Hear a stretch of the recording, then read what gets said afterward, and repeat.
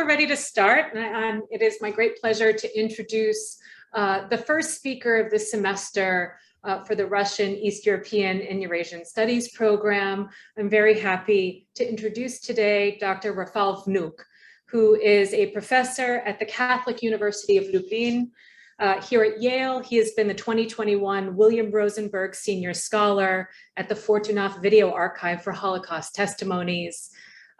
Dr. Wnuk is a Polish historian specializing in the history of anti-German and anti-Soviet resistance in Central Europe during and after World War II.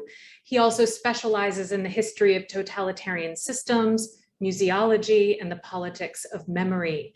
Dr. Wnuk has published a number of books and articles on these topics. To name only one of the more recent, his book published in 2018 entitled Forest Brothers, the Anti-Communist Underground in Lithuania, Latvia, and Estonia, 1944 to 1956. He has also served as an editor for the semi-annual publication Remembrance and Justice, and as a curator for historical exhibitions. The title of Dr. Wnuk's talk today is Building Autocracy, History as a Element of Contemporary Polish Politics. So thank you so much, Rafal, for joining us today. Thank you very much. For me, it's a great honor and great pleasure to be here with you. I would like to meet you at the university building, but it was impossible because of the pandemic time. Okay, let's start with my speech, with my topic, Building Autocracy, History as a Part of Contemporary Politics. I must start with one important note at the beginning. Short name of the Law and Justice Party in Poland is PiS, Prawo i Sprawiedliwość, Law and Justice. So to clear things up, I'm going to call about this party PiS or Law and Justice. Kaczyński, Jarosław Kaczyński, the leader of this party, himself makes all important decisions regarding the Law and Justice Party. So Kaczyński decisions and Law and Justice decisions concerning history and politics are one thing. If you say Law and Justice, you think Kaczyński. If you say Kaczyński in Poland, you think Law and Justice is two in one. May I have next slide? Oh, thank you. I would like to start with Law and Justice diagnosis of the situation before 2015, the winning for the Law and Justice elections. According to Kaczyński, history is not a critical reflection on the past. History is not independent scientific field. History doesn't exist outside the national community. According to him, the aim of history is to consolidate national identity. In the international arena, historical politics serves the purpose of gaining so-called moral capital that's provide ethical and moral arguments supporting state policy. History must serve power. History is the sword and shield in the hands of true patriots. Of course, Kaczyński and Law and Justice members consider themselves, and to be honest, only themselves, the true patriots. Of course, in their opinion, Brussels, Brussels means European Union, left-wing and liberal elites, social democrats, liberals, are not patriots. In their opinion, Brussels left-wing elites try to destroy national identity. Why? Because the European Union, according to them, is not a union of equal states, but a secret German, mainly German, and to some extent France project. And the aim of the project is to dominate Europe by Germany and France. It's not just about economic or political domination. European Union is considered as the top secret conspiracy, and its aim is to destroy national values, to destroy national identities, and replace them with a European one. Before the 2015 successful election, Kaczyński said, quote, "In the difficult and specific situation Poland is in Europe, we must strengthen the patriotic roots. The question is, how to make politics of history in the wisest possible way. I have no doubts. Politics of history serves to build the state potential. Conducting a political of history is one of the most important activities of president and government." The end of quote. The historian Andrzej Nowak, a close advisor to Kaczyński, created a dichotomous, politically useful division into supporters of pedagogy of shame and supporters of pedagogy of pride. Using those two terms, peace leaders describe the politics and recent history. What does pedagogy of shame mean?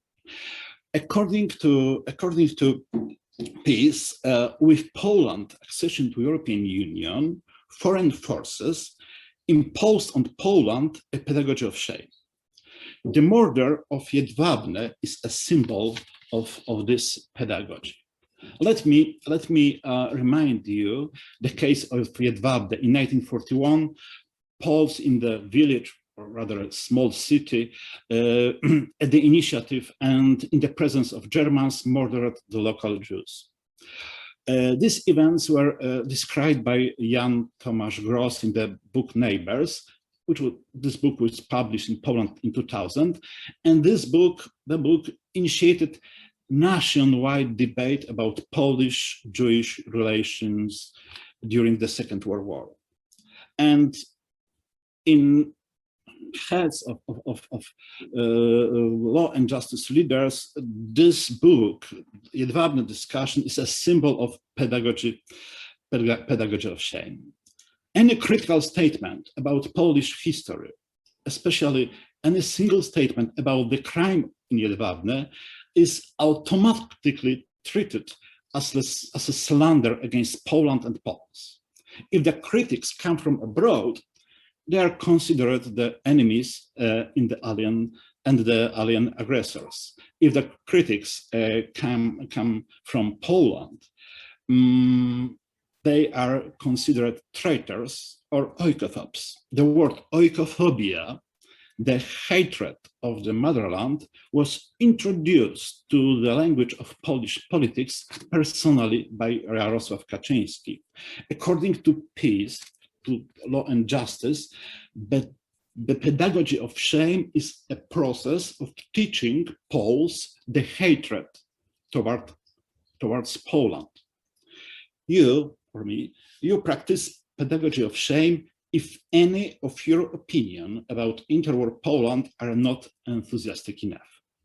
The same if you conduct research, speak in public, or publish about Polish anti-Semitism.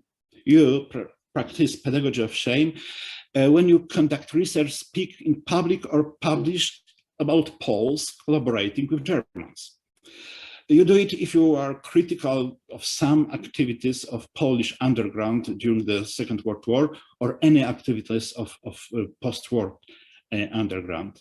You practice pedagogy of shame, you are critical to any actions of Catholic Church in Poland in 20th century. If you are involved in the social history, or you are very suspicious, it's very, very possible that you are Marxist, so you are not a Polish patriot. If your specialization is gender studies, you are suspected of pedagogy of shame because you want to destroy Polish traditional values. The last point of Kaczyński diagnosis of 2015 was that Poland didn't have sovereign historical policy and strangers, enemies, imposed it on Poland. As a result, Poland kneeled before Brussels, Berlin, or Moscow. In the opinion of Kaczyński, Poland was weak and non-sovereign state. Poland on its knees. It's a quote from the statement and key slogan of leading law and justice politicians before 2015 parliamentary elections. Next slide, please, okay? Next slide, okay? Can you change the slide? Yeah, I'm working on that. Hold on. Okay. Okay. Okay, great. Now I would like to go to the law and justice or Jarosław Kaczyński conclusions. Here we have some elements of the conclusion. First, the most important conclusion: Poland must get up from the knees. To do it, Poland must replace the pedagogy of shame with pedagogy of pride. What does it mean? According to law and justice politics of history, Poles are heroes and victims. So Poles can't be responsible for any other evil. Poles can only be victims, never perpetrators. The perpetrators are always Germans, Soviets, Ukrainians, Belarusians, or Jews. If Poles kill, it's either in the self-defense or in justified retaliation. If a Pole has committed an evil, then in the law and justice version of the history, he has case to be a Pole. He did it as a communist, traitor, or common criminal, never as a Pole. How does the pedagogy of pride work? Let me explain it in the example of pogrom in Jedwabne. The first step is denial of facts. According to peace historians and politicians, historical sources used by Jan Tomasz Gross are unreliable. So his conclusions are automatically wrong. German shells were found near the place of the murder, so the Germans probably shot the Jews and then burned them. Poles couldn't take part in it. If they did, they were forced by the Germans. Besides, there were far fewer Jews in Jedwabne than Gross writes. The second step is a lie or partial lie. How it works? There was no pogrom in Jedwabne. It's all anti-Polish conspiracy. It's a part of the pedagogy of shame imposed by Poland's enemies. In this case, by American Jews. The hidden goal is to make Poland and Poles responsible for Holocaust and forcing Poland to pay compensation. Next step is creation of alternative story as the only true one patriotic story. In the case of Jedwabne, the official true version of the past during the war is Poles generally saved Jews, Polish anti-Semitism and the persecution of Jews was very, very narrow margin. An alternative story leads to change in the meaning of events and radical reinterpretation. And the peace, law and justice version of the history during the Second World War, Poles saved Jews heroically and then were murdered for this reason. Jews were victims. Poles were heroic victims. After the war, the Jews supported the communists instead to repaying the Poles. And this is already the old stereotype of Judeo-communism. Another example how the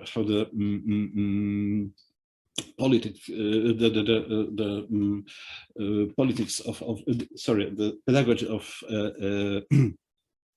of Pride works is example of Lech Wałęsa.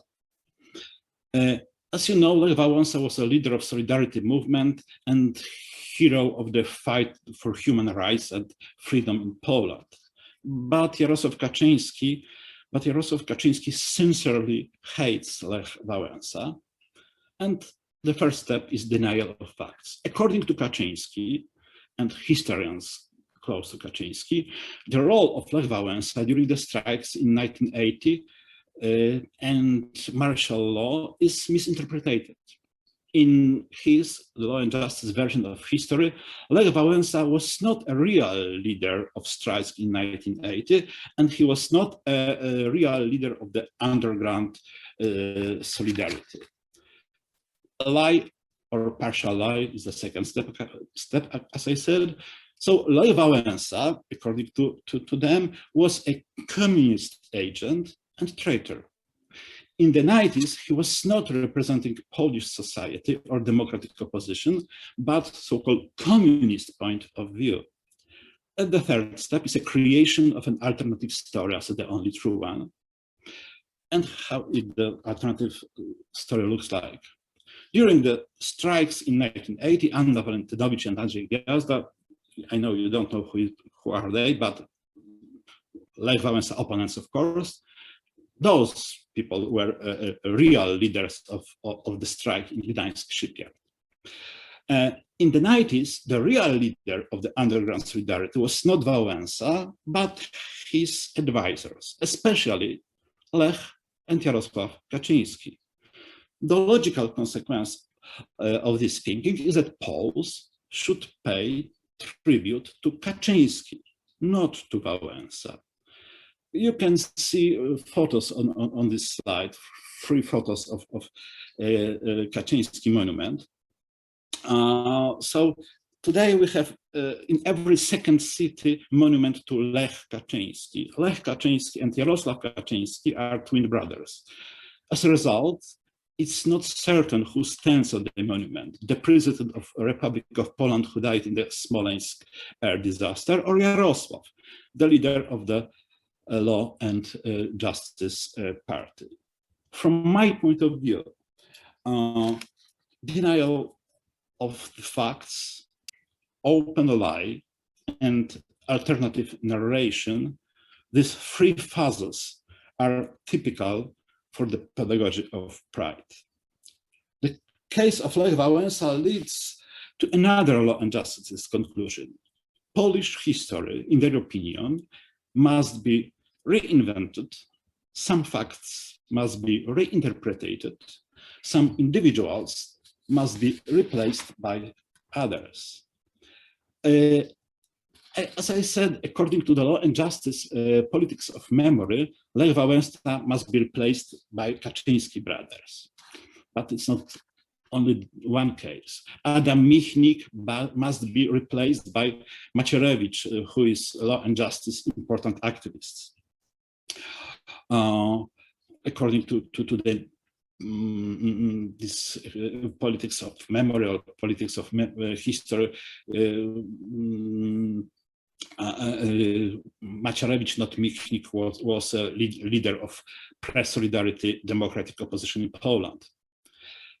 Not only the Home Army was the Polish underground army during the German occupation. Equally important, maybe even more important, were the National Armed Forces, Narodowe Siły Zbrojne, NSZ. This National Armed Forces, it was the organization, underground organization of radical Polish nationalists. Why? Because they were anti-communist, so they are more important than Home Army.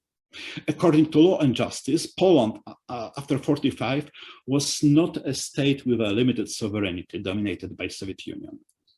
Poland was under the Soviet occupation identical to the German occupation until the collapse of the Soviet Union. Historians associated with law and justice even invented non-existent a great anti-communist national uprising, which supposedly started in 1943 or 44 and lasted until the early 1960s.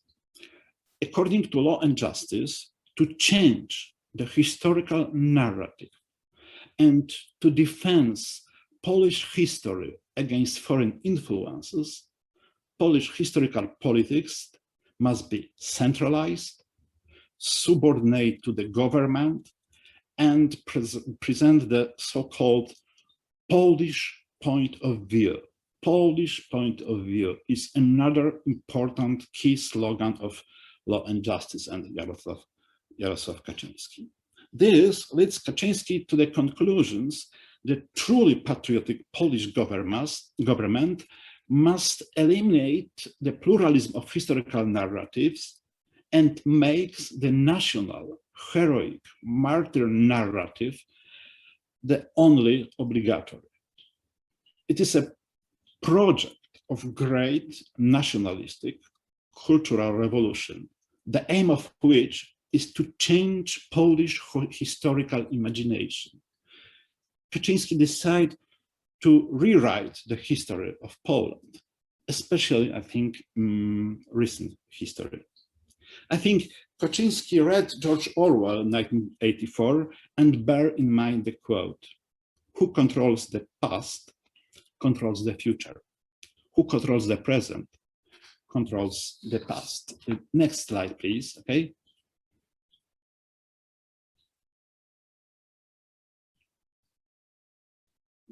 Okay, excellent. The ruling party leading intellectual and the top advisor of the prime minister, Andrzej Zybertowicz, invented Mabena. Mabena is an abbreviation of Polish phrase, maszyna bezpieczeństwa narracyjnego, what can be translated as a machine of narration security.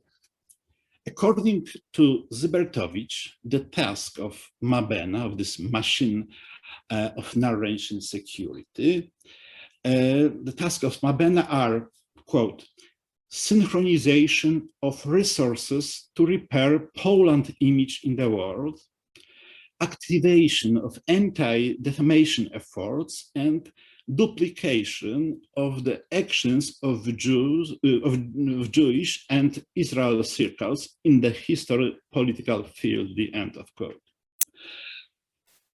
After the 2015 winning election, Law and Justice government made important decisions concerning the politics of memory. In my opinion, they create this Mabena, this machine of narration security. What they did, decision regarded this creation of the machine. First decision regarded the Institute of National Remembrance, IPN, the biggest and the richest state institution active in the field of politics of memory. IPN has been subordinated to the governing politicians.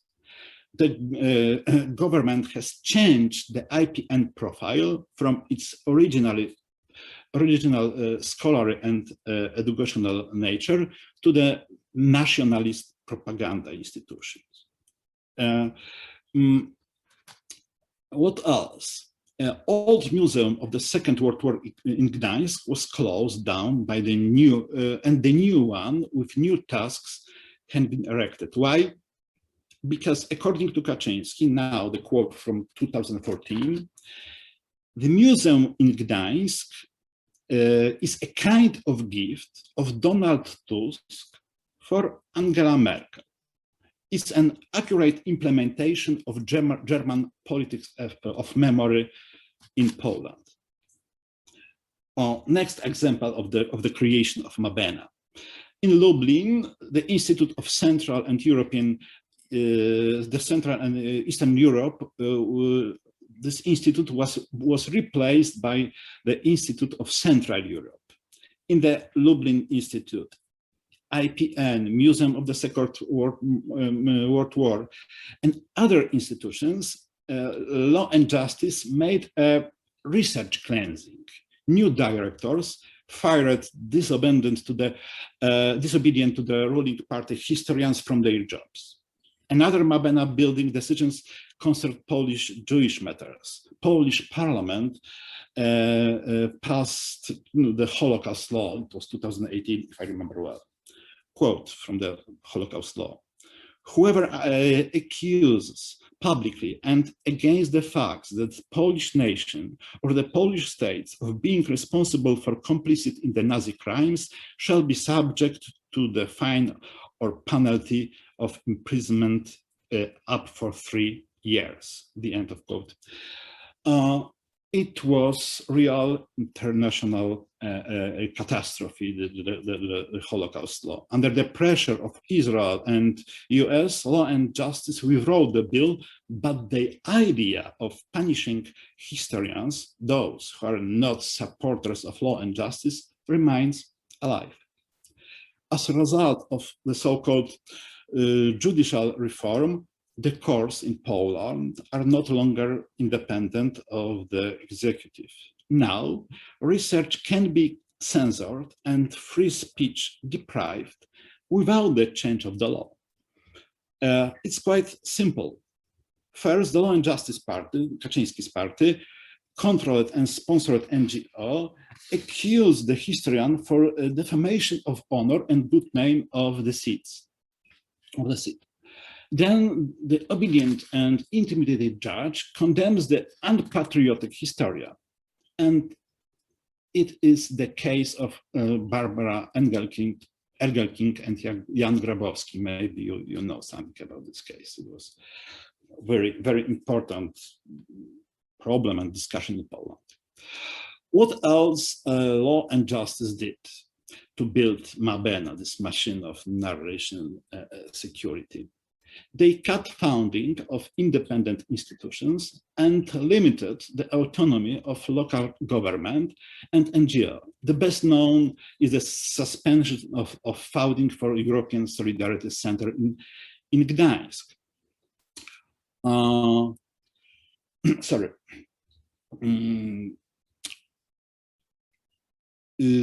To create Mabena, Law and Justice government takes away memorial places from local governments and build their monuments or museums in a spirit of pride pedagogy. In Warsaw, Law and Justice government took from the municipal government part of the central square and built there monument of Lech Kaczyński and monument of the Smolensk disaster. You can see here on this slide, you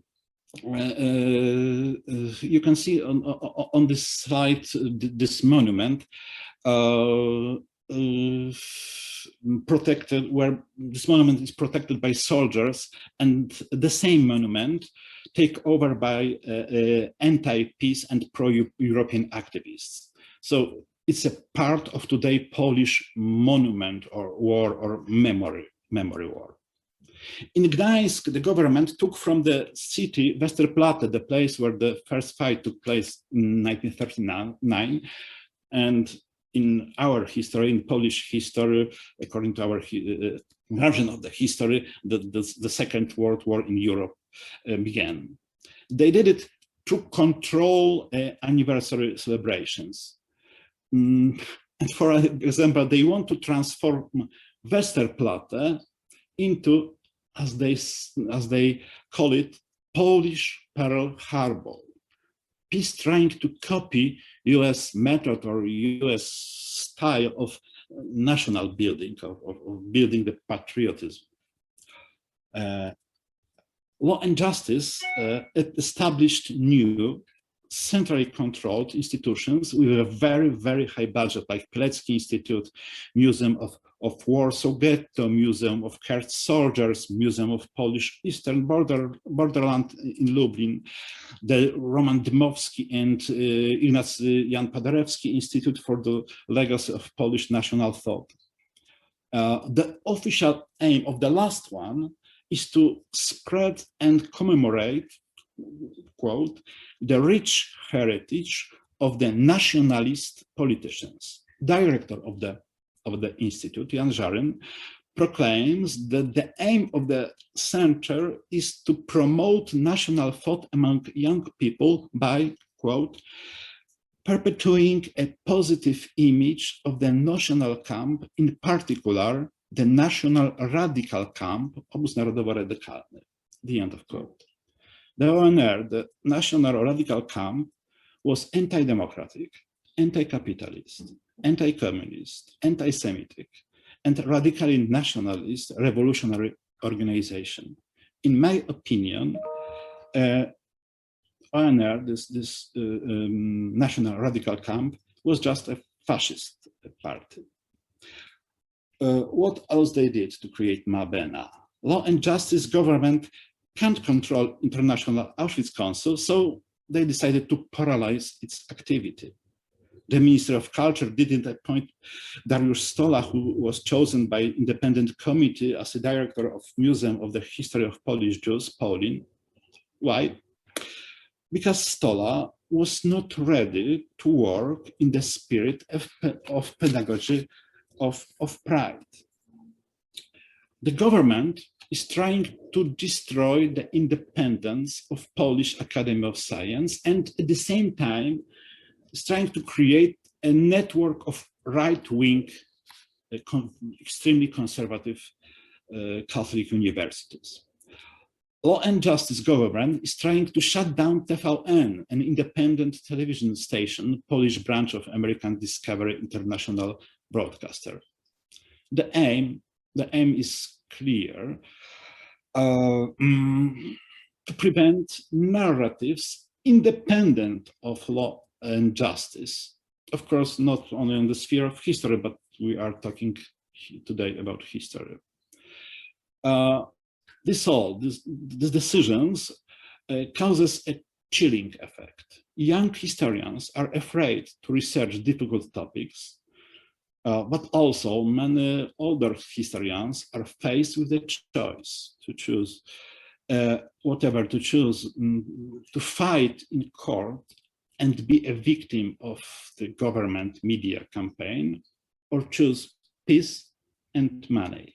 Many of them choose the second option. May I have the next slide?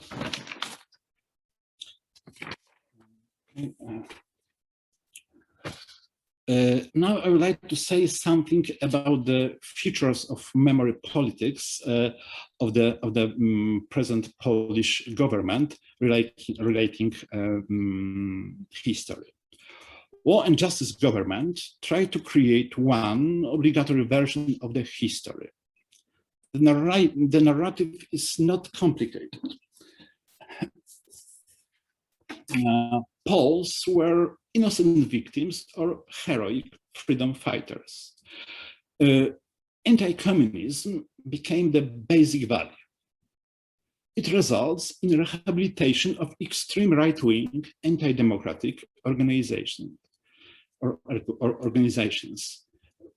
For me, the symbol of this process was a visit of Polish Prime Minister Morawiecki on the graves of members of Świętokrzyska Brigade of the National Armed Forces.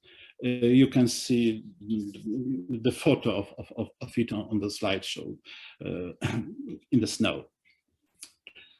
So Polish Prime Minister laid flowers on the graves of people who collaborated with Germans, murdered Polish communists and Jews. It's not a joke. Polish Prime Minister really paid tribute to Poles who collaborated with the Third Reich.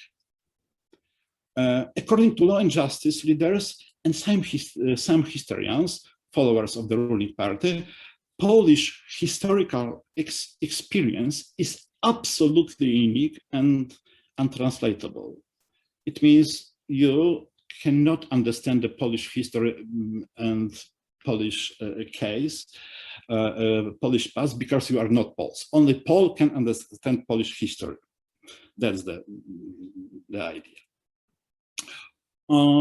Government position, Law and Justice position regarding Holocaust is clear. Most of Poles were helpers, not bystanders, and only a very, very few were perpetrators.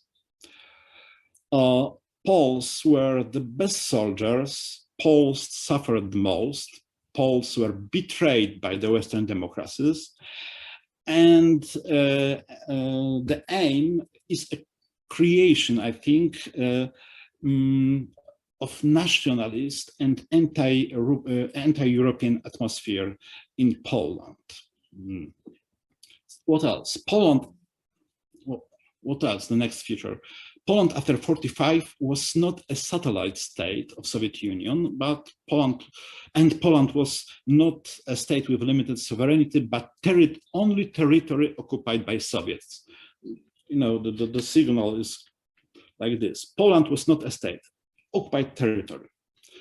And the last point, very important one, only since 2015 that Poland began to regain its sovereignty lost after the Second World War. That's their point, very important point. Law and justice create a myth of new beginning. Before Law and Justice came to power in 2015, in their opinion, in their version of the past, Poland was not a sovereign state. The truly free Poland began with the takeover of full power in Poland by Kaczynski and Law and Justice Party. They built a myth of Kaczynski as a father of Polish independence, father of the nation, and genius political leader. And we are going to the end. The last slide, please. Okay. Oh, thank you very much. Going to the end, to sum up, I would like to say something about law and justice, imagined place of Poland, Polish history and memory in the European and maybe in the global context. Today, Polish memory politics, in my opinion, doesn't have any positive project of cooperation or discussion with different narratives, because law and justice leaders really think that only truth, only acceptable narrative is their own narrative. Others doesn't matter. American, Ukrainian, don't matter. Ukrainian, German, Lithuanian, Jewish, Russian, gender, or social narratives are false by definition. You can accept Polish narration or you're wrong. The Polish government is not arguing, but tracking lies about Poland. Protesting so-called anti-Polish lies is a favorite activity of law and justice government. Law and justice vision of Poland in Europe is a vision of independent, separated country, but very independent, with its own specific values and its own specific history. We should be admired and accepted as we are. That's all. It's a vision of good, peaceful Poland surrounded by the enemies. I think people with mentality of besieged fortress can create this idea. This way of thinking reflects names of the institutions created to deal with the past. Law and Justice Institution, Fortress of Good Name, Institute of Bravery and Fortitude, Institute of Bravery and Solidarity, Polish League Against Defamation. I hope you know French comics, Asterix and Obelix. In my opinion, law and justice vision of Poland is the vision of Gaelic village of Asterix and Obelix, village surrounded by Roman Empire. Gaelic warriors bravely defend their village, their independence and cultural differences. They drink miracle juice and became a superhero with superpowers. In the case of law and justice, such a Jews is a pedagogy of pride. The role of today Roman Empire plays European Union, Russia, recently Israel and US after Biden election are joining the camp of Polish enemies. And one comment, Asterix and Obelix don't have authoritarian personality. I think they're quite nice people. Okay, thank you for your attention.